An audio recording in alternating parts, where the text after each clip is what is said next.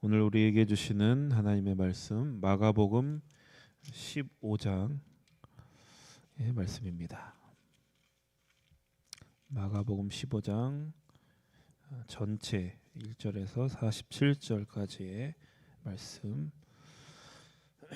함께 봉독하겠습니다. 새벽에 대제사장들이 즉시 장로들과 서기관들 곧 온 공회와 더불어 의논하고 예수를 결박하여 끌고 가서 빌라도에게 넘겨주니 빌라도가 묻되 네가 유대인의 왕이냐? 예수께서 대답하여 이르시되 내 말이 옳도다 하시매 대제사장들이 여러 가지로 고발하는지라. 빌라도가 또 물어 이르되 아무 대답도 없느냐? 그들이 얼마나 많은 것으로 너를 고발하는가 보라 하되 예수께서 다시 아무 말씀으로도 대답하지 아니하시니 빌라도가 놀랍게 여기더라. 명절이 되면 백성들이 요구하는 대로 죄수 한 사람을 놓아주는 전례가 있더니 밀란을 꾸미고 그 밀란 중에 살인하고 체포된 자 중에 바라바라 하는 자가 있는지라. 우리가 나가서 전례대로 하여 주기를 요구한대 빌라도가 대답하여 이르되 너희는 내가 유대인의 왕을 너희에게 놓아주기를 원하느냐 하니 이는 그가 대제사장들이 시기로 예수를 넘겨준 줄 알미러라. 그러나 대제사장들이 무리를 충동하여 도리어 바라바를 놓아달라 하게 하니 빌라도가 또 대답하여 이르되 그러면 너희가 유대인의 왕이라 하는 이를 내가 어떻게 하랴. 그들이 다시 소리 지르되 그를 십자가에 못 박게 하소서. 빌라도가 이르되 어찌미냐 무슨 악한 일을 하였느냐 하니 더욱 소리 지르되 십자가에 못 박게 하소서 하는지라. 빌라도가 무리에게 만족을 주고자 하여 바라바는 놓아주고 예수는 채찍질하고 십자가에 못 박히게 넘겨주니라.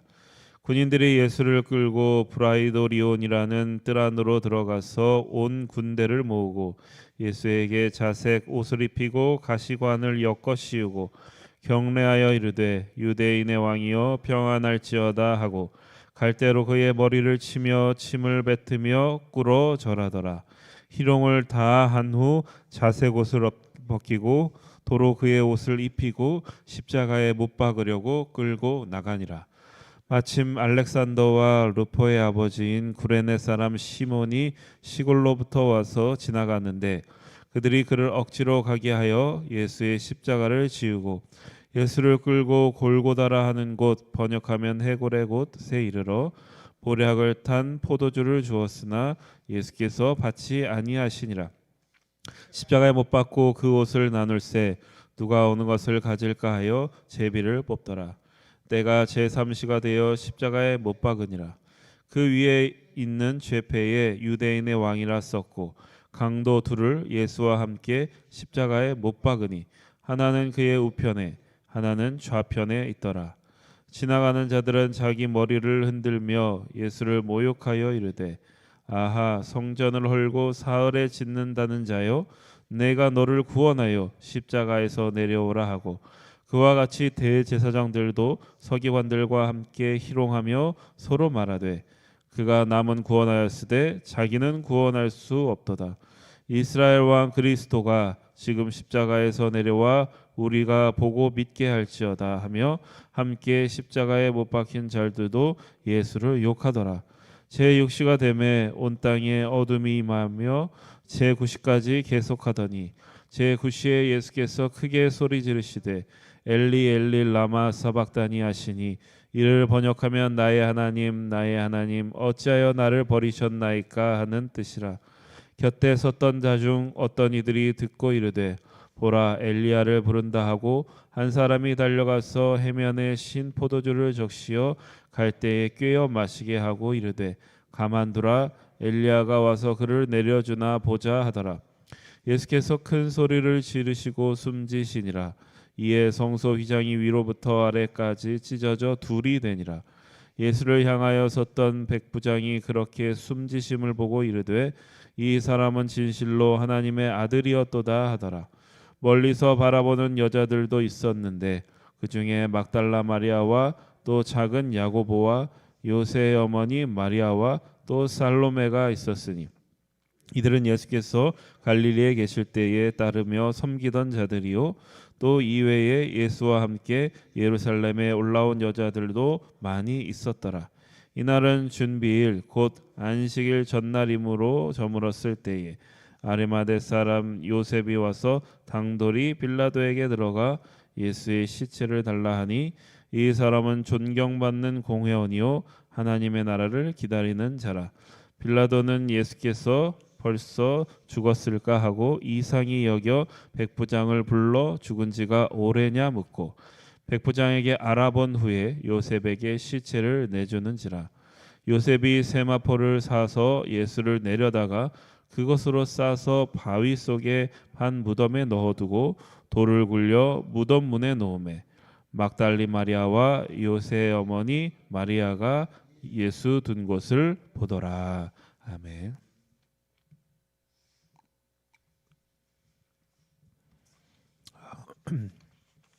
우리가 봉독한 마가복음 15장의 말씀은 예수님께서 십자가에 달려서 죽으시는 그런 이야기를 다루고 있습니다. 예수님께서 십자가에 달려서 죽으셨다라는 것은 우리에게 사실은 너무나 당연하게 느껴지기도 하고 또 너무나 익숙한 이야기이기도 합니다. 근데 이 이야기를 잘 읽어 보신다면은 이 안에는 굉장히 큰 긴장과 대립이 있고 또 굉장한 모순이 있고 역설이 있다라는 것을 우리가 깨달을 수 있습니다. 우리가 마가복음 1장 1절의 말씀을 같이 놓고 보면은 그 의미가 굉장히 뚜렷하게 드러납니다. 마가복음은 어떻게 시작하냐면 하나님의 아들 예수 그리스도의 복음의 시작이라 이렇게 시작합니다.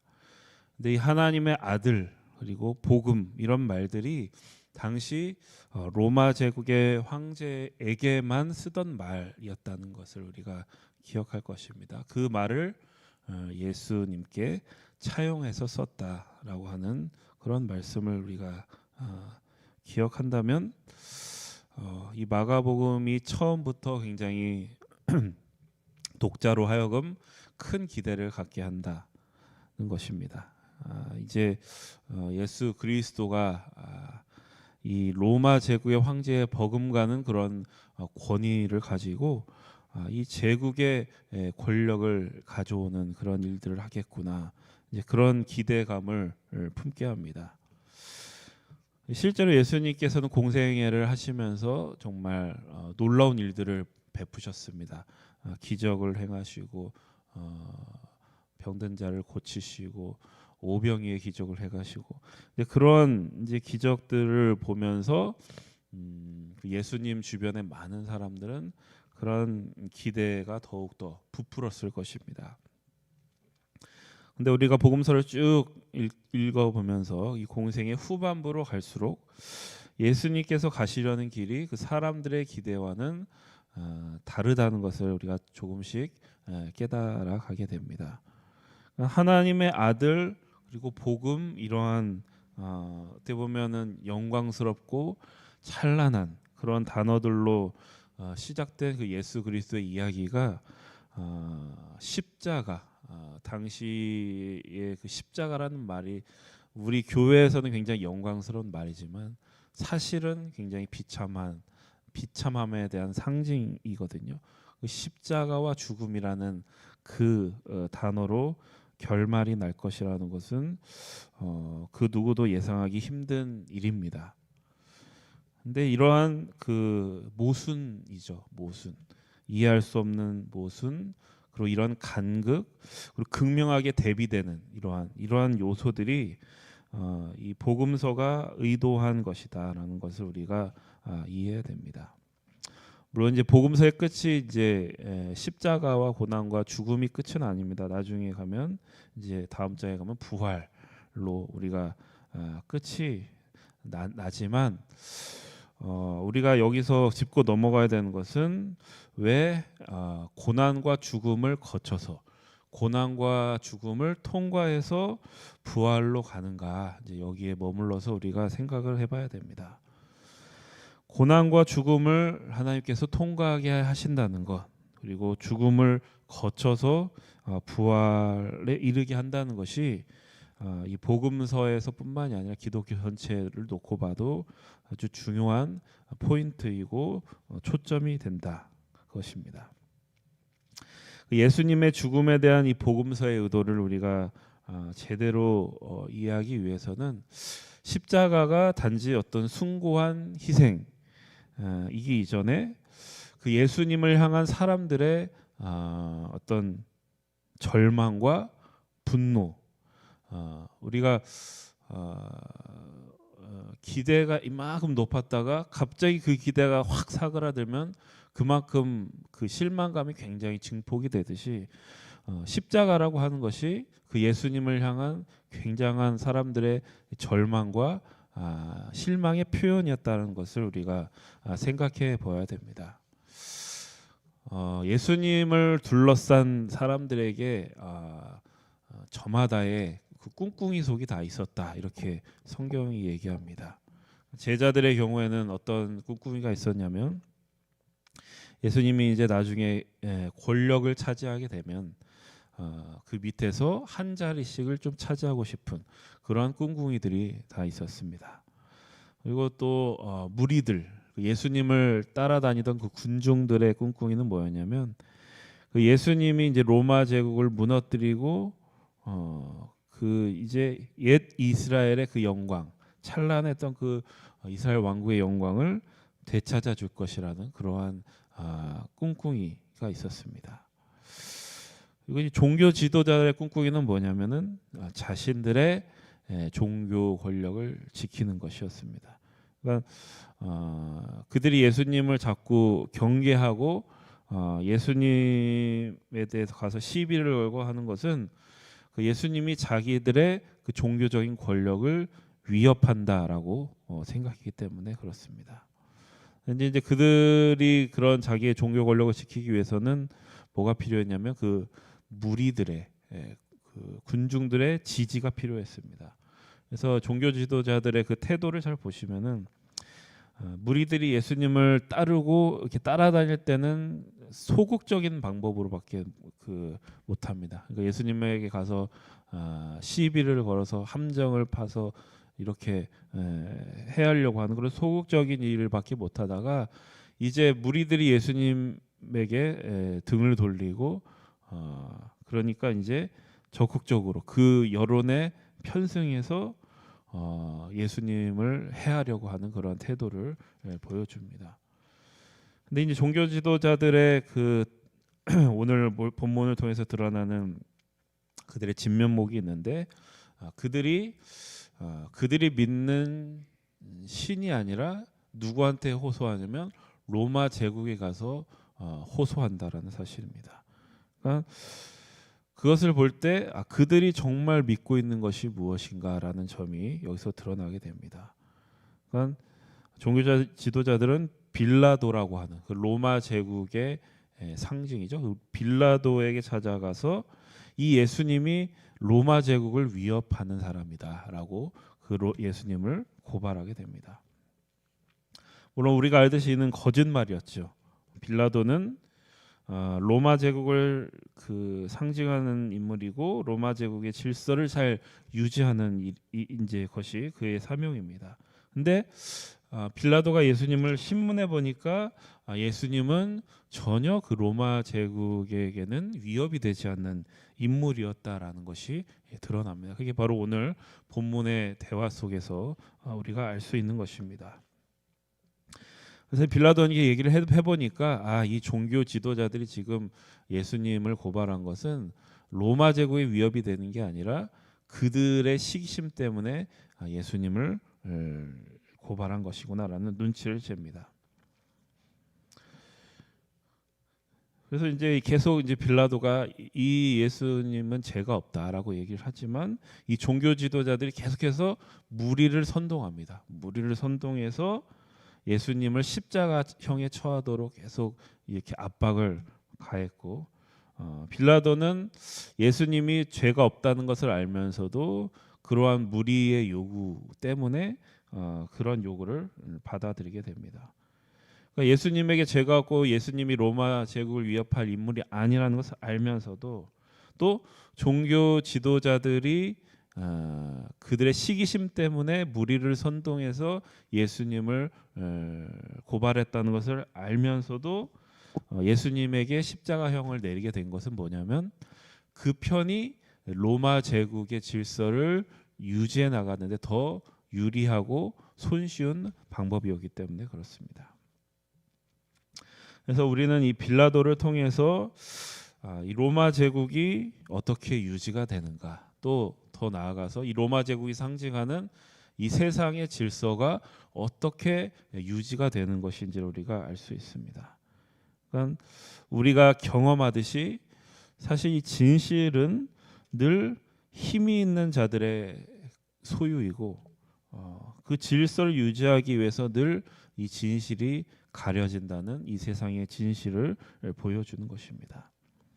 그러니까 로마 제국의 질서는 뭘 상징하냐면 이 세상의 질서를 상징하는데, 이 질서가 그럼 어떻게 유지되는가 하면은 늘 억울한 사람의 희생을 통해서, 또 그 진실이 가려짐으로, 그 진실을 힘 있는 자들이 소유함으로 인해서 이 질서가 유지가 된다는 것을 우리에게 깨닫게 합니다.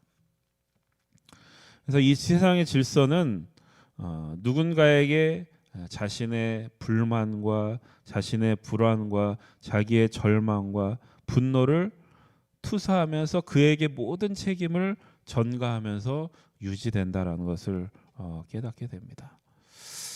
그 학교가 사회의 축소판이다라는 그런 말이 있는데, 학교에서 늘 발생하는 게 왕따 문제입니다. 그래서 왕따는 요즘에 많이 그 심각한 문제로 대두가 되지만 사실은 예전부터 계속 있는 게 사실 왕따 문제입니다. 왕따라는 문제는 누군가를 괴롭히는데 사실은 초점이 있는 게 아니라 누군가를 희생자로 만들어 놓고 나머지 사람들은 안심하며 그 질서를 유지하는데 사실은 왕따 문제의 핵심이 있습니다. 그러니까 사람들이 이 사회가 돌아가는 것을 우리가 보면은 항상 누군가를 영웅으로 만들거나 그 사람을 또 악마로 만들거나 하는 일들을 계속 반복하고, 그런 일들을 굉장히 좋아한다라는 것을 우리가 알 수 있습니다. 누군가를 우상화하거나 또 누군가를 악마화하면서 올렸다 내렸다 올렸다 내렸다 하면서 때로는 그 대상에게 인간 이상의 희망과 기대를 품기도 하고, 때로는 그것 때문에 분노하고 실망하는 그러한 일들이 이 세상에서 사실은 계속해서 반복되고 있는 악순환입니다. 그리고 우리가 가만히 생각해 보면 우리 역시 이러한 세상의 질서에 가담하고 있다는 사실을 우리가 인정하지 않을 수 없는 것입니다. 그래서 오늘 이 예수님의 십자가와 죽음의 이야기가 그냥 예수님이 십자가에 달려 돌아가셨다 이게 아니라, 이 십자가를 통해서 그 많은 사람들의 그러한 죄들이 여기서 다 깊이 있게 드러나게 되는 것입니다. 그러니까 인간의 가장 근본적인 문제가 무엇인가? 그들이 해결하고 싶었던 문제들과 하나님 오실 때 인간이 근본적으로 해결될 문제가 무엇인가가 이렇게 극명하게 역설적으로 대조되면서 드러나는 게 바로 오늘 십자가의 이야기인 것입니다. 우리는 이 하나님의 아들 예수 그리스도의 복음의 시작이라는 이 찬란한 기대로부터 출발해서 정말 극한의 분노와 그 절망의 끝까지 몰고 가서 그 십자가의 온갖 오해와 멸시와 그 조롱 속에서 죽어가는 예수 그리스도를 보여주면서 왜 이 세상에는 답이 없는지, 왜 이 세상에는 진리가 없는지, 왜 이 세상에는 진정한 소망이 있을 수가 없는지, 왜 인간 안에는 생명이 만들어질 수가 없는지를 누구도 거부할 수 없도록 예수 그리스도의 십자가와 죽음의 이야기를 통해서 다 폭로가 되는 것입니다. 예수님께서 온갖 오해와 멸시와 조롱 속에서 이 십자가의 죽음을 통과하셔야 했던 것은 무엇이냐? 이 세상에 이러한 질서의 그 악순환을 끊고 전혀 새로운 질서, 부활로 만들어지는 전혀 새로운 질서를 열어간다. 예수님께서 바로 그 일을 하셨다라는 그 의미를 담아내야 했기 때문입니다. 그러니까 우리는 어떤 사람들로 부름받았냐 하면은 이 로마 제국이라는 견고한 세상의 질서 속에서 하나님의 나라라고 하는 전혀 새로운 질서를 경험하면서 또 그것에 소속된 자들로서 섬기는 자들로서 우리는 부름받았다는 사실을 깨닫게 되는 것입니다. 그것이 바로 예수님께서 십자가를 통과하여 고난 속을 통과하여 부활하셔야 되는 이유인 것입니다. 기독교 신앙이 이 세상이 우리를 그 죽음이라는 절망의 끝까지 몰고 가더라도 우리를 절망시킬 수 없고 포기할 수 없는 그런 길을 만들어 놓았다라는 것을 바로 이 십자가와 부활의 이야기가 우리에게 보여주고 있습니다. 우리보다 앞서 예수님께서 인간으로서 그 모든 일을 겪으시고 가장 깊은 분노와 절망까지 인생의 가장 높은 곳과 가장 깊은 곳까지를 경험하시면서 그 안에는 희망이 없다. 하나님이 그 인간 안에 열어놓으신 길만이 너희들이 살 길이고 너희들이 가야 할 길이라는 것을 우리에게 가르쳐주고 있는 것입니다. 그래서 우리가 이 십자가에서 부활하신 예수님을 믿는다는 것은 우리가 어떤 일을 당해도 그것을 이겨낼 수 있다. 어떤 일이든 겪을 수 있다. 무슨 일을 당해도 살아갈 수 있다. 그리고 이 세상 질서 속에서는 지는 것 같이 보여도 우리는 질 수 없고 또 이 세상이 우리를 죽음으로 위협하여도 우리는 죽을 수 없는 그러한 존재로, 그러한 인생으로 우리는 부름받았다라고 하는 놀라운 사실을 우리에게 가르쳐주고 있습니다. 여러분, 이러한 믿음만이 우리가 이 세상을 살아갈 수 있는 길이고 이 세상을 이겨 나갈 수 있는 길이라는 사실을 기억하시고 오늘 십자가에서 죽으신 예수 그리스도의 십자가를 여러분 묵상하시면서 오늘도 승리하시는 하루가 되시기를 축복합니다. 기도하겠습니다.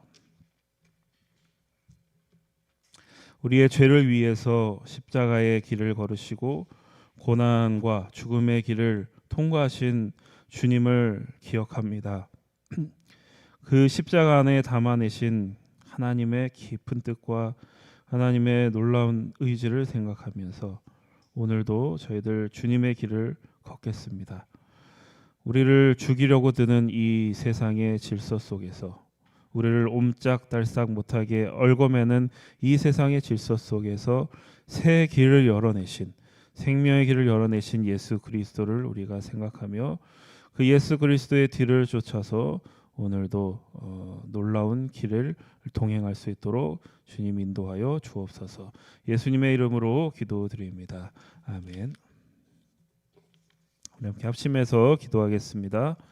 성령의 능력으로 하나님 나라를 증언하고 살아내게 하소서. 하나님의 말씀이 기준이 되게 하소서. 질병, 전쟁, 자연재해, 가난, 억압으로 고통당하는 사람들을 치유하여 주소서. 거룩한 습관을 형성하여 균형 있는 성장을 이루게 하소서. 다음 세대에게 하나님 나라 복음을 전수하게 하소서. 창조 질서 회복을 위해 힘쓰게 하소서. 우리 기도 제목 가지고 합심하여 기도하겠습니다. 하나님 아버지,